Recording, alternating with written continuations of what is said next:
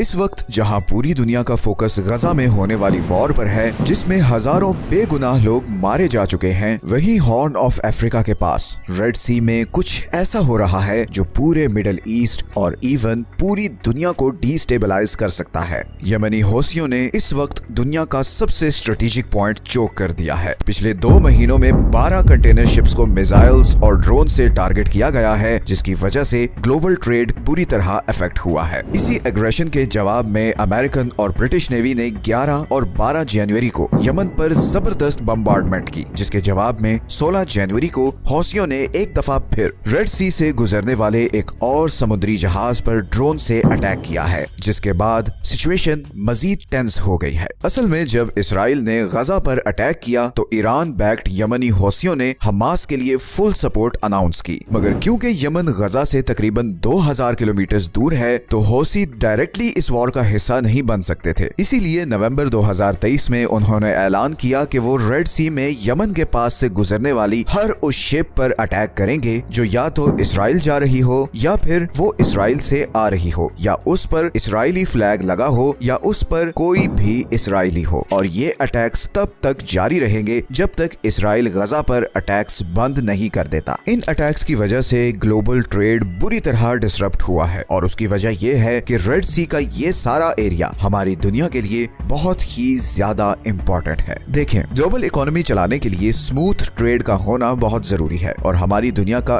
80% trade समुद्रों के जरिए होता है और इन्हीं समुद्रों में से एक ये रेड सी है जो 21वीं सदी का सबसे हॉट और डेंजरस जियोपॉलिटिकल एरिया है, क्योंकि यहाँ पे 2 चोक पॉइंट्स हैं। एक ये इजिप्ट के पास सुएज कैनाल है और दूसरा ये यमन के पास बाब अल मंदेब स्ट्रेट है। 28 किलोमीटर की ये पतली सी जगह जहाँ पर मिडिल ईस्ट और एशिया से आने वाले समुद्री जहाज इंडियन ओशन को क्रॉस करते हुए रेड सी में एंटर होते हैं और फिर सुएज कैनाल को क्रॉस करके मेडिटेरेनियन सी में निकल जाते हैं और वहां से फिर वो यूरोप और अमेरिका तक पहुंचते हैं। तो बेसिकली एशिया और मिडिल ईस्ट को यूरोप से कनेक्ट करने का ये सबसे शॉर्टेस्ट रूट है। पूरी दुनिया की 10% ऑयल और 6% नेचुरल गैस की सप्लाई इसी 28 किलोमीटर के चोक पॉइंट से गुजरती है और ये सारी गैस और ऑयल इधर पर्शियन गल्फ कंट्री से स्ट्रेट ऑफ हॉर्मुज क्रॉस करके आती है। 2022 के स्टैटिस्टिक्स के मुताबिक पूरे यूरोप की 20% ऑयल इंपोर्ट और 24% गैस इंपोर्ट इसी बाब अल मंदेब स्ट्रेट से गुजरती है। और सिर्फ ऑयल और गैस ही नहीं बल्कि एशिया और यूरोप का सारा ट्रेड भी इसी रास्ते से कनेक्टेड है। चाइना की 30% मैन्युफैक्चरिंग एक्सपोर्ट्स इसी बाब अल मंदेब स्ट्रेट से होते हुए यूरोप और नॉर्थ अमेरिका को जाती है। तो अगर ये रूट किसी भी वजह से ब्लॉक हो जाए तो ग्लोबल इकोनॉमी कोलैप्स कर सकती है, क्योंकि इसका ऑल्टरनेट सिर्फ एक और रूट है और वो है पूरे अफ्रीकन कॉन्टिनेंट को क्रॉस करके। सुएज कैनाल के बनाने से पहले कंटेनर शिप्स यही रूट यूज करती थीं, मगर ये रूट सुएज कैनाल वाले रूट से 7400 किलोमीटर लंबा है, जिसकी वजह से एक्स्ट्रा फ्यूल कॉस्ट आती है और इसीलिए यमनी हौसियों के अटैक के बाद इन शिपिंग कंपनीज को मिलियंस ऑफ डॉलर्स का नुकसान हो रहा है। अभी तक हौसियों ने यहाँ पर मिसाइल्स और ड्रोन से एटलीस्ट 13 कमर्शियल शिप्स को टारगेट किया है, जिसकी वजह से दुनिया की 5 बड़ी कंटेनर शिपिंग कंपनीज ने रेड सी के थ्रू अपने ऑपरेशंस बंद कर दिए हैं। इनमें डेनमार्क की मर्स्क लाइन, फ्रांस की CMA CGM, जर्मनी की हैपग, लॉयड और स्विट्जरलैंड की MSC शामिल है। पूरी दुनिया की 50% शिपिंग कैपेसिटी इन 5 कंपनीज के पास है और अभी रिसेंटली ब्रिटिश पेट्रोलियम ने भी रेड सी के थ्रू अपने ऑपरेशंस बंद करने का ऐलान किया है। और अगर थोड़ी और कंपनीज भी इस बॉयकॉट में शामिल हो गई तो यूरोप की ऑयल और गैस सप्लाई बहुत खतरे में पड़ जाएगी। इसी तरह शिपिंग इंडस्ट्री को एक और धचका ये भी लगा है कि इंश्योरेंस कॉस्ट्स 10 टाइम्स बढ़ गई हैं और गिवन के ऑयल टैंकर्स वैसे ही बहुत एक्सपेंसिव होते हैं तो इस प्राइस बढ़ने का असर थाउजेंड्स ऑफ डॉलर्स में आएगा। अब अमेरिका इस रूट और इसराइली शिप्स को प्रोटेक्ट करने के लिए बहुत कोशिश कर रहा है और उसने इंटरनेशनल कम्युनिटी से अपील की है कि वो उसके साथ मिलकर यमनी हौसियों के खिलाफ ऑपरेशन करें, मगर सिवाय ब्रिटेन के कोई और कंट्री यमनी हौसियों के खिलाफ ऑपरेशन में आगे नहीं आया। फ्रांस, इटली और स्पेन ने स्ट्रेट फॉरवर्ड मना कर दिया है। इजिप्ट, सऊदी अरेबिया और UAE भी इस ऑपरेशन से गायब हैं। चाइना और रशिया, जिनकी जिबूटी में मिलिट्री बेसेस हैं, वो भी अभी तक बिल्कुल खामोशी से सब कुछ देख रहे हैं। असल में पॉलिटिकल डिफरेंसेस तो एक तरफ, मगर इस न्यूट्रलिटी की एक और बहुत बड़ी वजह भी है, और वो है हौसी ड्रोन्स को रोकने की हाई कॉस्ट। वेस्टर्न नेवी के वेपन्स इतने महंगे हैं कि उनसे ये छोटे छोटे ड्रोन्स गिराना लिटरली वर्थ इट ही नहीं। मैं आपको एग्जांपल से समझाता हूँ। अभी रिसेंटली फ्रांस ने यमन का शाद ड्रोन गिराने के लिए Aster 15 surface to air missile use किया है। अब इस फ्रेंच मिसाइल की कॉस्ट $1 मिलियन है, जबकि यमनी ड्रोन की कॉस्ट सिर्फ $20,000 है। मतलब $1 मिलियन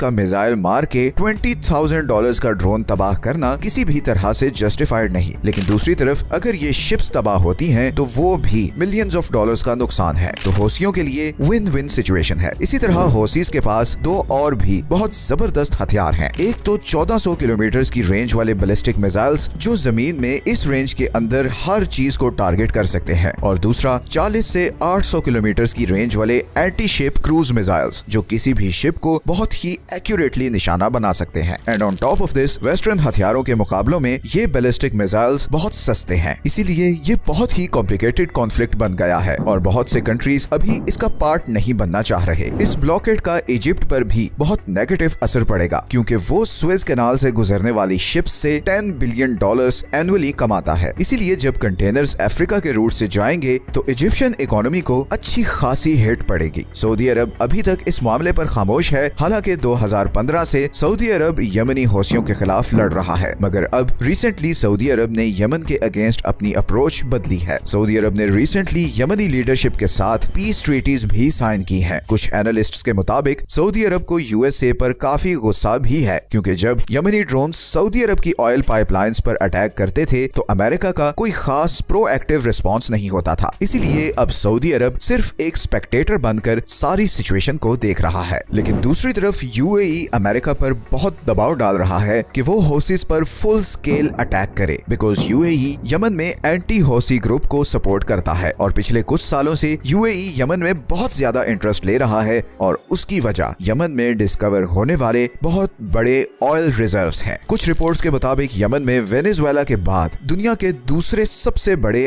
अनटैप्ड ऑयल के रिजर्व्स हैं, और बहुत से अरब कंट्रीज नहीं चाहते कि उन रिजर्व्स का कंट्रोल हौसियों के हाथ में हो। यमनी इकोनॉमिस्ट हसन अली के मुताबिक सऊदी अरब ने यूएसए के साथ एक सीक्रेट एग्रीमेंट कर रखा है, जिसकी वजह से पिछले 30 सालों से यमन को इन ऑयल रिजर्व्स को यूटिलाइज करने से रोक कर रखा गया है। इंटरनेशनल ड्रिलिंग कंपनीज की रिसर्च के मुताबिक यमन के पास पूरे पर्शियन गल्फ से ज्यादा ऑयल के रिजर्व्स हैं। इसी तरह जनवरी 2013 में स्काई न्यूज ने रिपोर्ट किया कि यमन के पास पूरी दुनिया के 34% ऑयल के रिजर्व्स हैं, और ये सब अल जौफ प्रोविंस में है। अगर इन रिजर्व्स को यूटिलाइज किया जाए तो सऊदी अरब की ऑयल एक्सपोर्ट को बहुत बड़ा डेंट पड़ सकता है, और इसीलिए यमनी ये महसूस करते हैं कि सऊदी अरब यमन की करंट सिचुएशन में सबसे बड़ा कसूरवार है, क्योंकि उसने अपने फायदे के लिए यमन में सिविल वॉर को प्रमोट किया। लेकिन यमनियों में अब बहुत अवेयरनेस आ चुकी है। पूरी दुनिया ने उन्हें बहुत साल इग्नोर किया है, मगर अब वो मामलात को अपने हाथ में ले रहे हैं। सिर्फ चंद दिनों में बहुत सी वर्ल्ड पावर्स के हाथ पांव फूल चुके हैं, और अभी तो हौसियों ने ये भी थ्रेट किया है कि अगर इसराइल ने गजा वॉर बंद नहीं की तो वो रेड सी से गुजरने वाली सारी इंटरनेट केबल्स उड़ा देंगे, जिसके बाद एशिया और मिडिल ईस्ट की इंटरनेट कनेक्टिविटी खत्म हो जाएगी। इसीलिए मैंने वीडियो के शुरू में कहा था कि यमन दुनिया के इतने इंपॉर्टेंट पॉइंट पर है कि यहाँ होने वाली एक्टिविटीज पूरे मिडिल ईस्ट और इवन पूरी दुनिया को डिस्टेबलाइज कर सकती हैं। 2024 बहुत सी चेंजेस लाने वाला है। अभी ईरान और पाकिस्तान के बीच भी जो तनाव क्रिएट हुआ है,